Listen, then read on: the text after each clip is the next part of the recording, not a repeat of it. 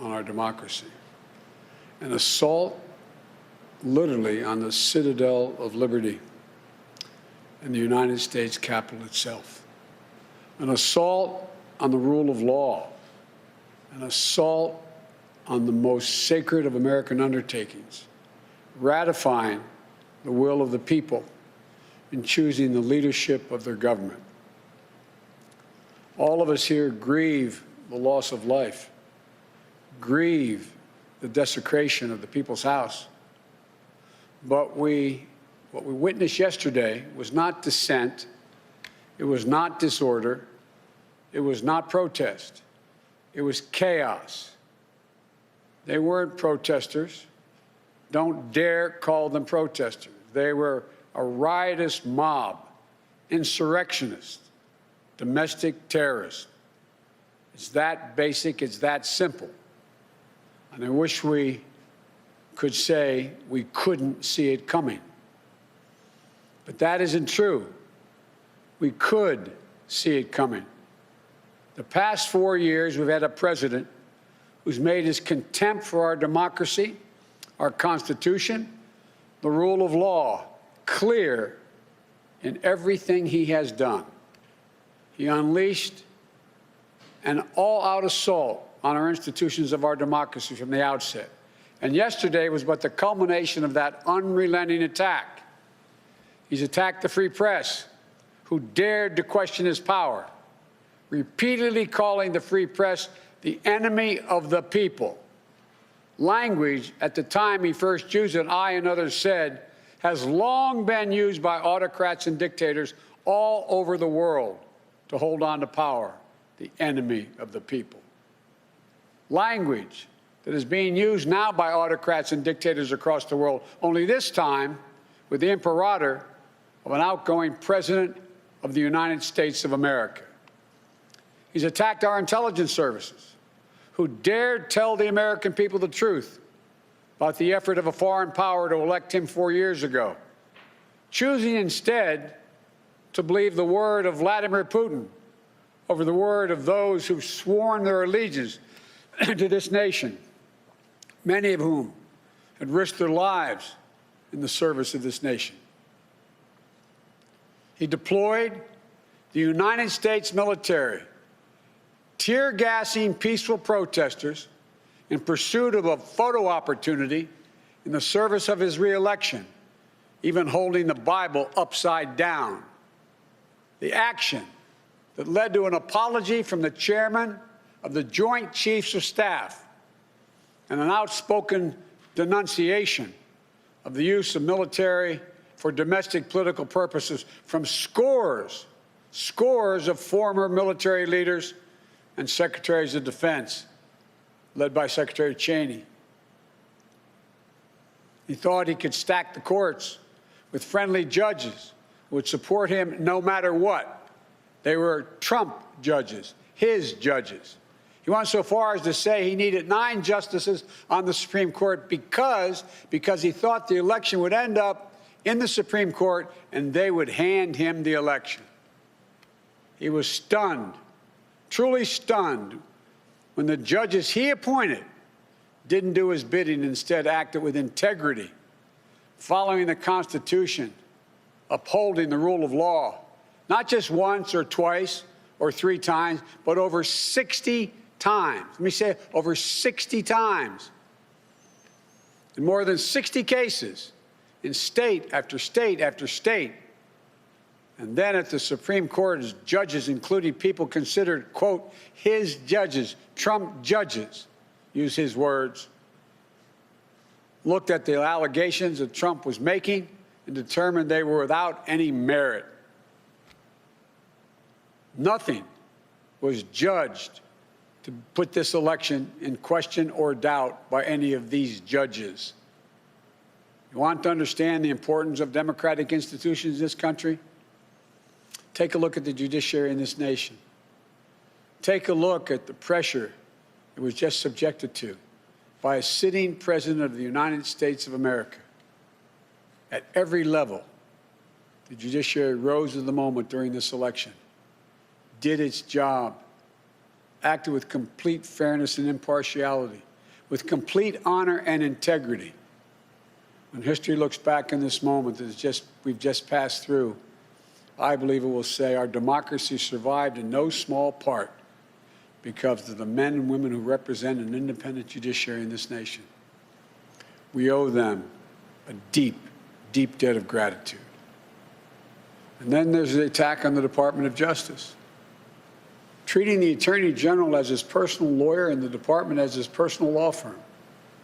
Through it all, we would hear the same thing from this president: my generals, my judges, my Attorney General.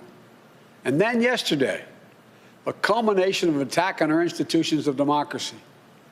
This time, the Congress itself, inciting a mob to attack the Capitol, to threaten elected representatives of the people of this nation, and even the Vice President, to stop the Congress from ratifying the will of the American people in a just completed free and fair election.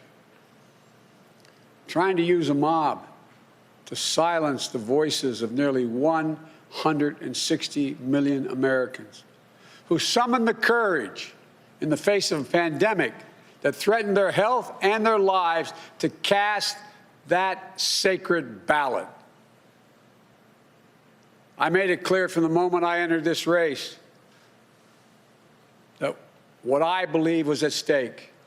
I said there was nothing less at stake than who we are as a nation, what we stand for, what we believe, what we will be.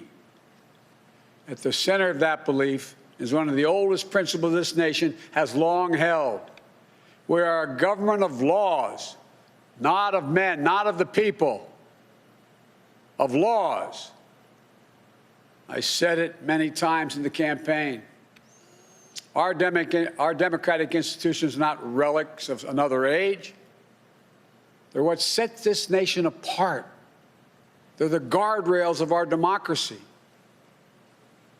And there's no president. That's why there is no president who is a king. No Congress that's a House of Lords. A judiciary doesn't serve the will of the president or exist to protect him or her. We have three co-equal branches of government. Co-equal. Our president is not above the law. Justice serves the people. It doesn't protect the powerful. Justice is blind. What we saw yesterday in plain view was another violation of the fundamental tenet of this nation. Not only do we see the failure to protect one of the three branches of our government, we also saw a clear failure to carry out equal justice. I don't know if you used to say in the Senate, excuse a point of personal privilege. A little over an hour and a half after the chaos started, I got a text from my granddaughter, Finnegan Biden, who's a senior in her last semester at the University of Pennsylvania. She sent me a photo of military people in full military gear, scores of them lining the steps of the Lincoln Memorial because of protests by Black Lives Matter. She said, "Pop, this isn't fair. No one can tell me that if had been a group of Black Lives Matter protesting yesterday, they wouldn't have been treated very, very differently than the mob of thugs that stormed the Capitol." We all know that's true.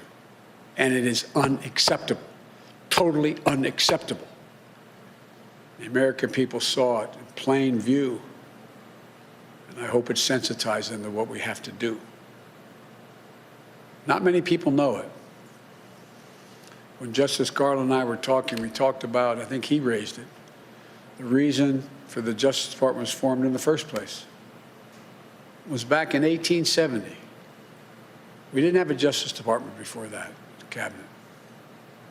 It was formed in 1870 to enforce the Civil Rights Amendment that grew out of the Civil War. the 13th, 14th, and 15th Amendments, to stand up to the Klan, to stand up to racism, to take on domestic terrorism. This original spirit must again guide and animate its work. So as we stand here today, we do so in the wake of yesterday's events that could not more have vividly demonstrated some of the most important work we have to do in this nation, committing ourselves to the rule of law in this nation, invigorating our domestic and democratic institutions, carrying out equal justice under the law in America. There is no more important place for us to do this work than the Department of Justice that has been so politicized. There's no more important people to carry out this work than the people I'm announcing today. More than anything, we need to restore the honor, the integrity, the independence of the Department of Justice in this nation that's been so badly damaged. And so many former leaders of that department in both parties have so testified and stated that. I want to be clear to those who lead this department who you will serve. You won't work for me. You are not the president or the vice president's lawyer. Your loyalty is not to me. It's to the law, the Constitution, the people of this nation, to guarantee justice. For Attorney General of the United States, I nominate a man of impeccable integrity, Judge Merrick Garland, one of the most respected jurists of our time, brilliant yet humble, distinguished yet modest, full of character and decency. The Supreme Court clerk served in the Justice Department during the Carter, Bush 41, and Clinton administrations, where he embraced the department's core values of independence and integrity. A federal prosecutor who took on terrorism and corruption and violent crime, always with the utmost professionalism and the duty to the oath he swore. Nominated by President Clinton to be a judge on the D.C. Circuit Court of Appeals, considered the second most powerful court in America. Throughout such a long and distinguished career, Judge Garland has earned the praise and admiration of members of bench and bar and politicians of both parties. And despite his busy schedule and prestigious positions, he still makes time to volunteer regularly, tutoring students in Northeast D.C., as he's done for 20 years. It's about character. It's about character. It was no surprise why President Obama nominated him, Judge Garland, to the Supreme Court. As I said, he embodies honor, decency, integrity, President-elect, the rule of law, and judicial independence.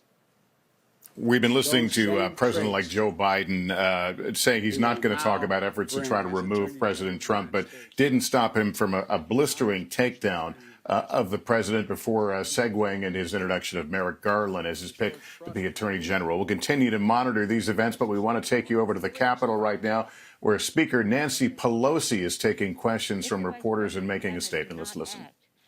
The Congress may be prepared to move forward with impeachment. That is the overwhelming. And I expect that the distinguished nominee will receive a prompt and fair hearing as well. For Deputy Attorney General, I nominate one of the most selfless people I've worked with, one of the brightest I've worked with, and I worked with her during the last administration, a 15-year veteran of the Justice Department, Lisa Monaco. Lisa knows the department inside and out. She is a definition of what a public servant should be: decent, trusted, honorable. And I might add, I embarrassed her a moment ago with the other colleagues, and selfless. I offered her other positions that are of greater consequence, quote unquote, more prestige. But she wanted to work with you, Judge. She wanted to go back to the Justice Department. A top-flight prosecutor who took on public corruption, corporate fraud, and violent crime. Chief of Staff to the Director of the FBI, the first woman ever confirmed as Assistant Attorney General for National Security, where she elevated cybersecurity to a top priority, and where it's even more consequential today than it was then. At the White House, she was the top Homeland Security and counterterrorism advisor to President Obama and me in every one of the national security meetings. She coordinated our fight against al-Qaeda and ISIL. She helped lead our response to the Ebola crisis. When the bombs went off at the finish line on Patriots' Day in Boston, her hometown, she coordinated the federal government's response with local and state law enforcement to get to the bottom of this horrible tragedy. Lisa, I know you will help restore integrity and independence of the Department of Justice that you so revere. As Associate Attorney General, the number 3 job at the department, I nominate Vanita Gupta, a woman I've known for some time, one of the most respected civil rights lawyers in America. Started her career at the NAACP Legal Defense Fund, then on to the ACLU, both organizations to which I belong, and then to the Justice Department during the Obama-Biden administration, where she led the Civil Rights Division. At every step, with every case, she fought for greater equity and the right to right the wrongs of a justice system where they existed. And she's done so by bringing people together, earning praise from across the ideological spectrum for her approach to solving some of the thorniest problems we face. During the Obama-Biden administration, Vanita was put in charge of investigating the abuse of power in police departments in Ferguson, Missouri, and other communities torn apart by acts of violence and racial injustice. She helped institute common-sense police reforms to build greater equity, safety, and trust. She was commended for her work by both law enforcement and those advocating for changes in the criminal justice system. That's a rare achievement, and it speaks volumes about her capacity to unite people in common purpose, which is what this is all about, uniting the American people. Born in Philadelphia, a proud daughter of immigrants from India. That sound familiar? If confirmed, Vanita will be the first woman of color to serve as Associate Attorney General. And I'm grateful that Vanita is leaving her current job, leading one of the premier civil rights organizations in the world, as she answers the call to serve once again to ensure that our justice system is even more fair and more equitable. Thank you. For Assistant Attorney General for Civil Rights, I nominate Kristin Clark, who has spent her career advocating for greater equality and equity in our justice system. The daughter of Jamaican immigrants. Now, don't think this has been designed here. I'm still looking for an Irishman. All kidding aside, the daughter of Jamaican immigrants, Kristin, is also one of the most distinguished civil rights attorneys in America. A proud native of Brooklyn, New York, she began her legal career, in the very same office she's now nominated to lead. Her previous tenure with the Justice Department saw her take on some of the most complex civil rights cases, from voting rights to redistricting challenges to prosecuting hate crimes and human trafficking.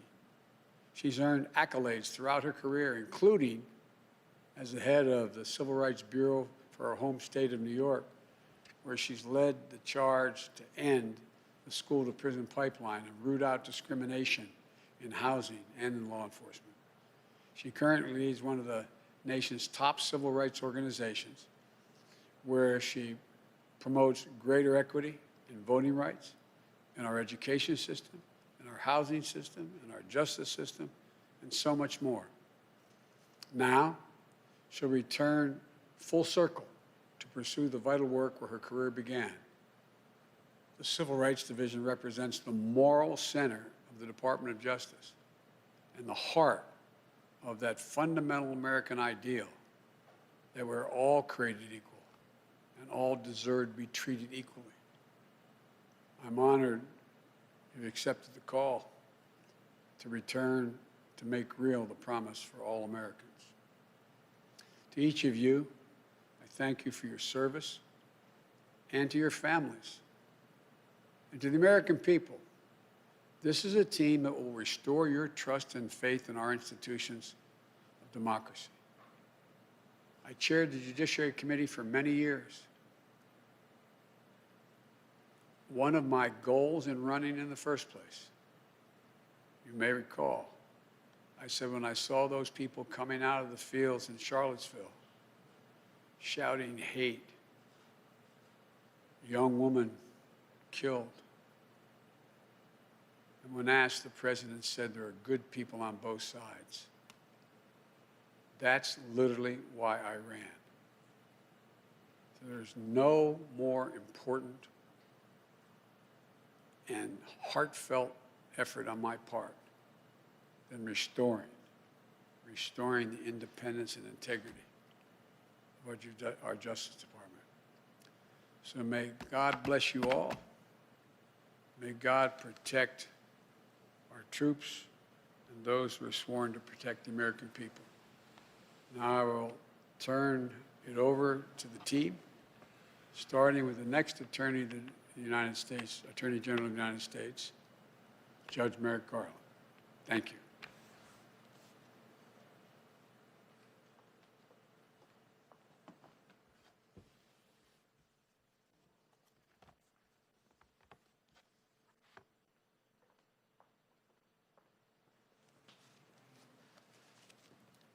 Thank you, President-elect Biden, Vice President-elect Harris, for asking me to serve as the Attorney General of the United States. Thanks always to my wife, children, sisters, late parents, without whose unstinting support I would not be standing here today. Thanks also to my grandparents, whose decision to undertake the difficult journey to America made all things possible for my family. If confirmed, I look forward to working with these wonderful DOJ veterans, Lisa Monaco, Vanita Gupta, and Kristin Clark. Entering the Department of Justice will be a kind of homecoming for me. My very first job after serving as a judicial law clerk was to work as a special assistant to then Attorney General Ben Civiletti. Ed Levy and Griffin Bell, the first attorneys general appointed after Watergate, had enunciated the norms that would ensure the department's adherence to the rule of law. Attorney General Civiletti undertook to continue their work of crafting those norms into written policies.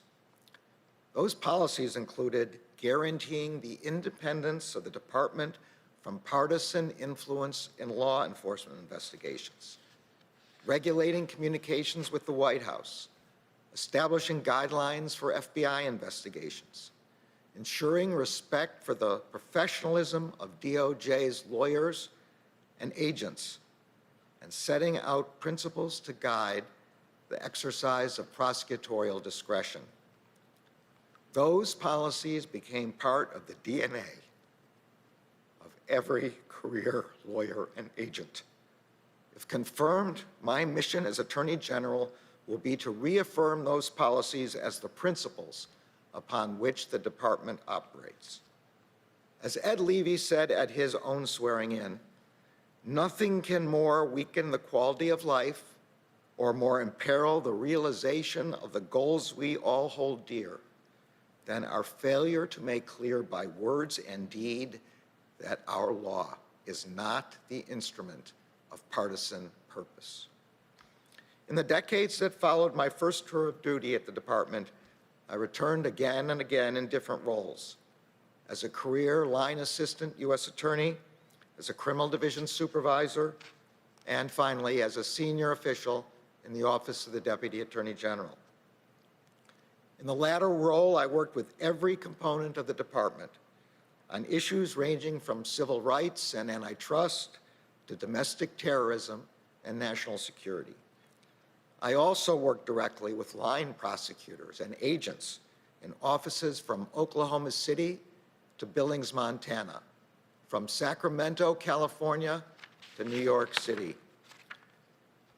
Attorney General, later Supreme Court Justice Robert Jackson famously said, "The citizen's safety lies in the prosecutor who tempers zeal with human kindness, who seeks truth and not victims, who serves the law and not factional purposes, and who approaches his job with humility." That was the kind of prosecutor I tried to be during my years of service at DOJ. In 1997, I left the department to serve the cause of justice in another role. As a judge, I have loved being a judge. But to serve as Attorney General at this critical time, to lead the more than 113,000 dedicated men and women who work at the department to ensure the rule of law, is a calling I am honored and eager to answer. As everyone who watched yesterday's events in Washington now understands, if they did not understand before, the rule of law is not just some lawyer's turn of phrase. It is the very foundation of our democracy. The essence of the rule of law is that like cases are treated alike, that there not be one rule for Democrats and another for Republicans, one rule for friends, another for foes, one rule for the powerful, another for the powerless, one rule for the rich and another for the poor, or different rules depending upon one's race or ethnicity. And the essence of its great corollary, equal justice under law, is that all citizens are protected in the exercise of their civil rights. Those ideals have animated the Department of Justice since the very moment of its inception. As President-elect Biden just recounted, the department was founded in the midst of Reconstruction following the Civil War, with its first principal task to ensure compliance with the 13th, 14th, and 15th Amendments. As historian Ron Chernow wrote, quote, "The new Justice Department would forge its identity in the battle to slay the first incarnation of the Ku Klux Klan and its offshoots. In that battle, the department successfully deployed its considerable resources to ensure civil rights, which were under militant attack." These principles, ensuring the rule of law and making the promise of equal justice under law real, are the great principles upon which the Department of Justice was founded and for which it must always stand. They echo today in the priorities that lie before us, from ensuring racial equity in our justice system to meeting the evolving threat of violent extremism. If confirmed, those are the principles to which I will be devoted as Attorney General. President-elect Biden understands this. As he said today and as he has publicly said before, quote, "It's not my Justice Department, it's the people's Justice Department." He promised that the person he chose to lead the department would have the, quote, "independent capacity to decide who gets prosecuted and who doesn't." Vice President-elect Harris has also publicly stated, quote, "Any decision coming out of the Justice Department should be based on facts, it should be based on the law, it should not be based on politics, period." I could not agree more. And I would not have agreed to be considered for Attorney General under any other conditions. So thank you both for giving me the opportunity to serve.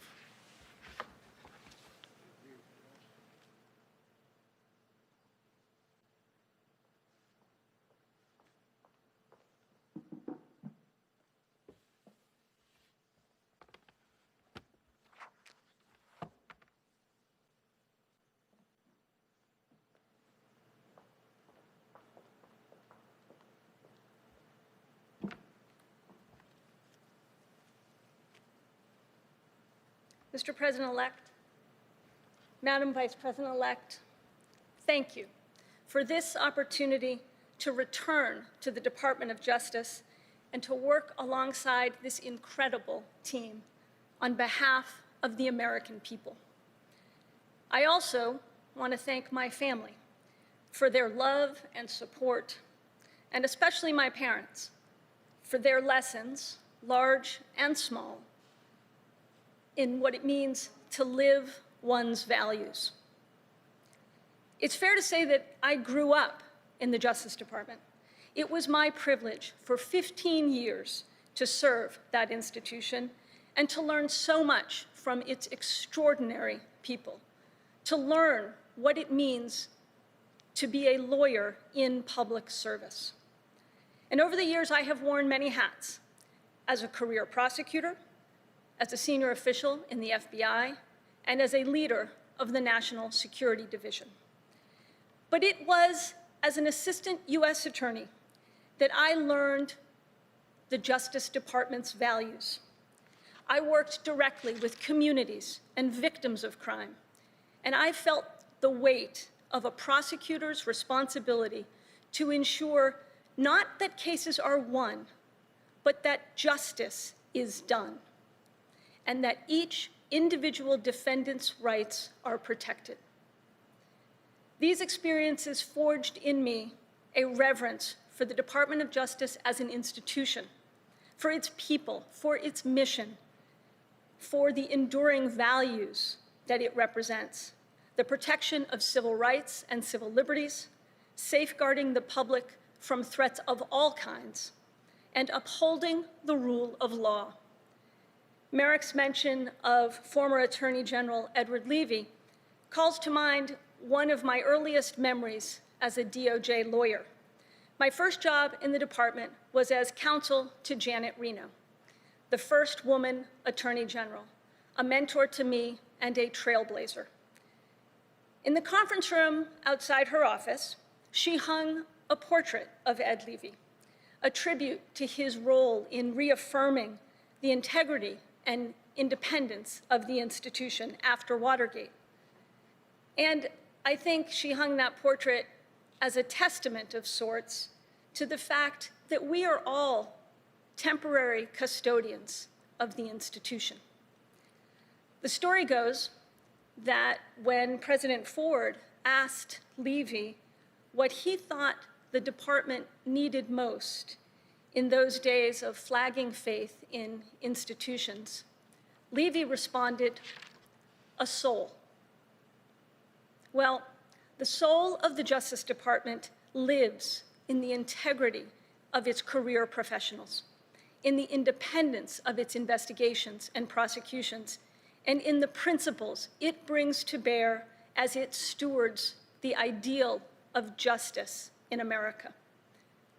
Today, we are at another inflection point. Some of the challenges we face are familiar: racial inequality, the need for criminal justice reform, domestic terrorism, and threats to public safety. Some of the tasks are enduring, like the importance of working closely with law enforcement to ensure public safety and to build trust in our communities.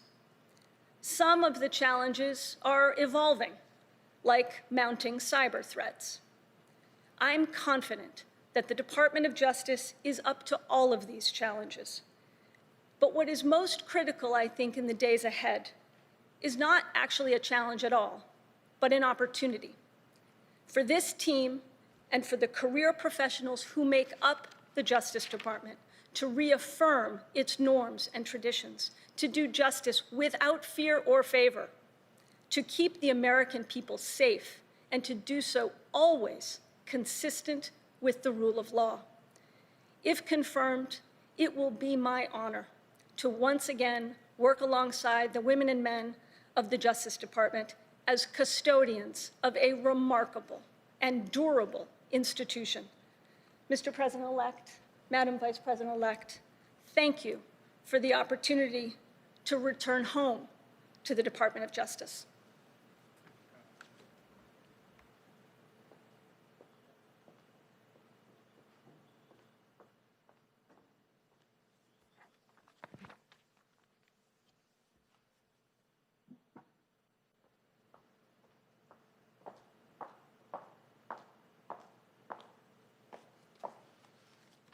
Mr. President-elect, Madam Vice President, thank you for the opportunity to serve this nation. I want to thank my family and my parents who taught me early on the values that have led me to civil rights work and public service.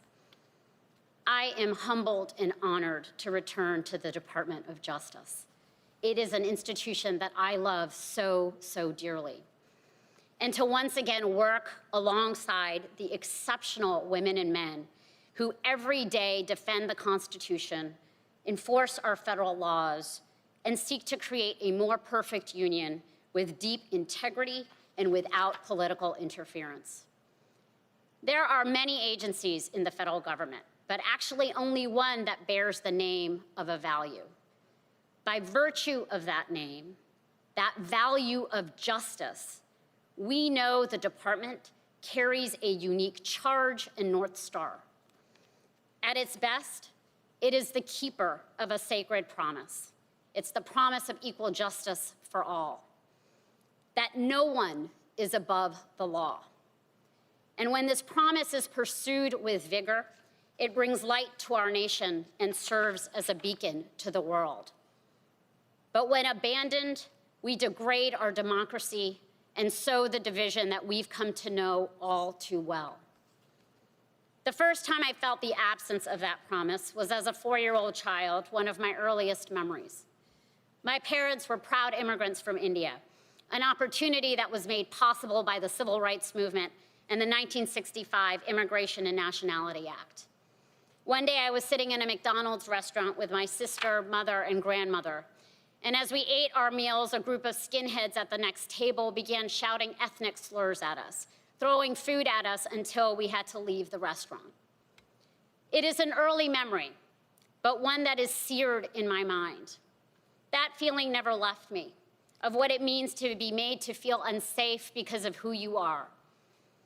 I kept another feeling with me, though, too, and that is one that has been ingrained in me by my parents and shared by my husband, whose family fled violence and war in Vietnam and sought refuge on these shores. They believed more than anything in the promise of America, and that loving this country brings with it the obligation to do the necessary work to make it better. Those two feelings, for me, converge in the work ahead of us. Yesterday's horrific events at the Capitol reminded us that our democracy cannot be taken for granted, that our nation has a long history of disinformation, white supremacist violence, mob violence. It also reminded us that our values and our Constitution and our democracy, these do not protect themselves. It is people with courage who do that. And I am honored to return to a department that I know will push every day for justice, accountability, and equality under the law. It will not be enough to restore what has been undermined or lost.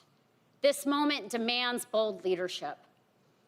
The Department of Justice, as it has done throughout its storied history, will have to uncover and reckon with hard truths, hold people, companies, and institutions accountable to our Constitution and laws, drive change where there is injustice, and heal a nation that is starving for leadership and decency and hope.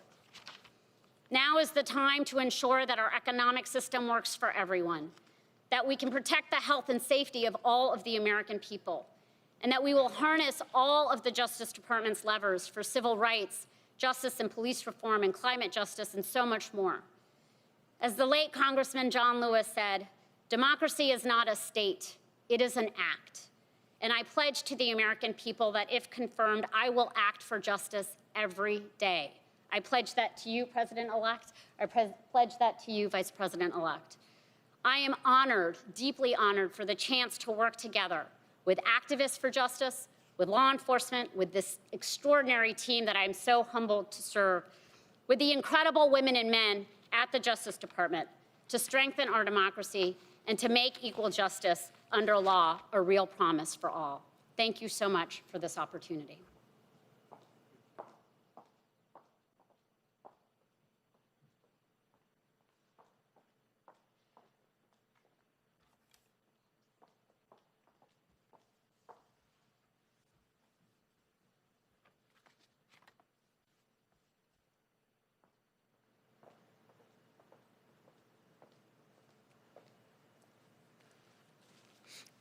Mr. President-elect, Madam Vice President-elect, it's an honor and a privilege to be nominated to return to the Department of Justice and serve the American people at this critical moment in our democracy.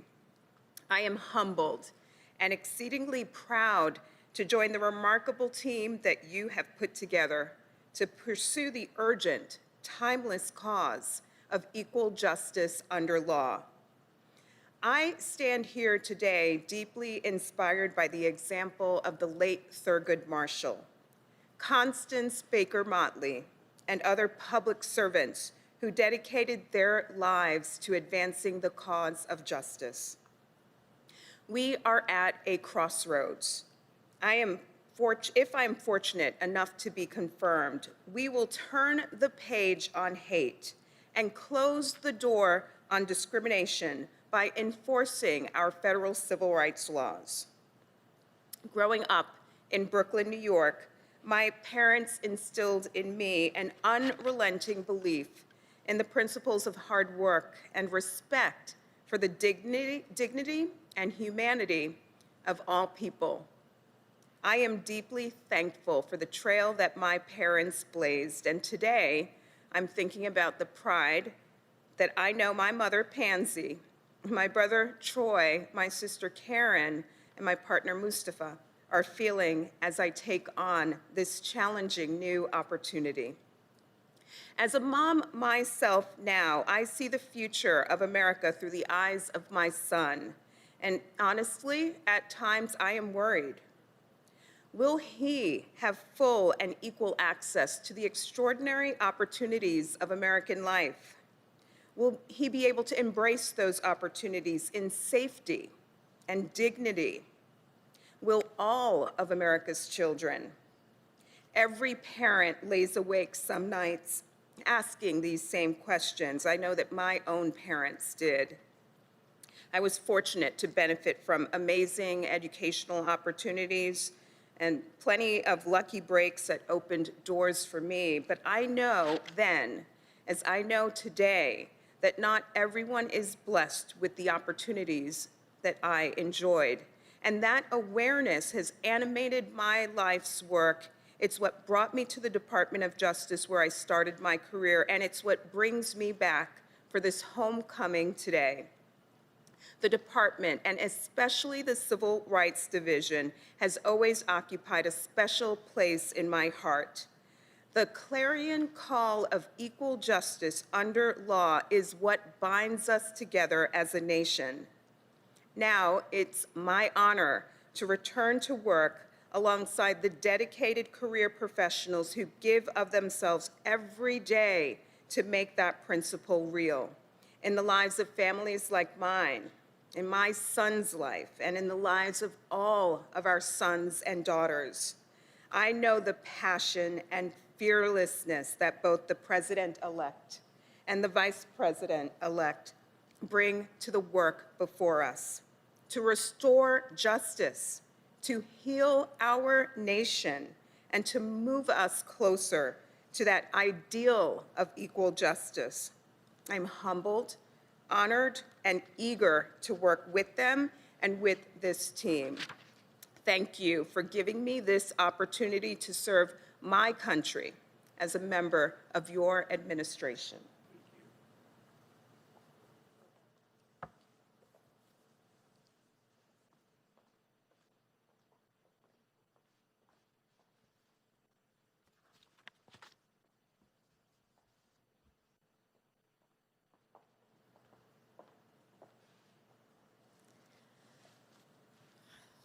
One of the fundamental principles upon which America's democracy rests, a principle as sacred as a civic value can be, is fidelity to the rule of law.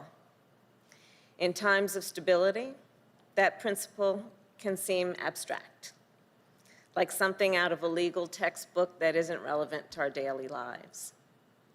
But in times of upheaval, we come to realize, to appreciate, just how vital the rule of law truly is. What we saw yesterday in our nation's capital was, as the president-elect has called it, an assault on the rule of law. And it has no place in our democracy. So I believe we must ask ourselves two questions about what happened yesterday. What went wrong, and how do we make it right? And I believe the answers require us to recognize that the challenge we're facing in our country is about more than the actions of the few we watched yesterday. It's about how to reform, how to transform a justice system that does not work equally for all. A justice system that is experienced differently depending on whether you're white or black. A justice system that is experienced differently if you're rich or poor. A justice system that's different depending on whether your job requires you to take a shower before you go to work or requires you to take a shower when you come home after work. We witnessed two systems of justice. When we saw one that let extremists storm the United States Capitol, and another that released tear gas on peaceful protesters last summer. The American people have expressed brightly outrage. We know this is unacceptable. We know we should be better than this. The promise of our country is that all people will be treated equally. That's what the rule of law is supposed to be about. That's what the ideal of equal justice under law is all about. Like everyone here, I've dedicated my career to helping uphold those principles, to attempting to uphold those principles, to helping build a more just and equal America, whether it was as San Francisco's district attorney or California's attorney general or a United States senator. And that's what I have pledged to the president-elect that I will do as vice president. The public servants we are announcing today have also dedicated themselves to building a more just and equal America. And the roles they will assume are some of the most important in our country, and especially right now. They will be responsible for pursuing justice and ensuring that all Americans are treated equally. They will be the guardians of our justice system. They will have the power to enforce our laws in a more fair and more humane manner, while also holding those who violate the law accountable, whether they be ordinary citizens or law enforcement. They will help protect the rights of every voter in our country, no matter what their background or where they live. and they will restore integrity and independence to the Department of Justice and rebuild the American people's trust in that most sacred institution. And I know they will do this because these nominees have the experience, the judgment, and moral compass that these roles demand, as well as an abiding commitment to supporting and defending the Constitution of the United States of America. For many centuries, the ideal of justice has been symbolized as a woman blindfolded with a scale in her hands. There is a reason the eyes of that Lady Justice are covered. It's because our belief in what a system of justice is says that it should not depend, justice should not depend on how you look, on the color of your skin, on how much money you make. It shouldn't depend on where you were born or the language your grandmother speaks or what political party you belong to. Justice should be impartial. It should be fair. It should be applied equally. And President-elect Biden and I, along with this incredible team, will help to make sure it is, while restoring and strengthening the rule of law that has always been and always will be the bedrock of America's democracy. Thank you, Mr. President-elect. Thank you. Should Donald Trump be prosecuted for inciting a riot?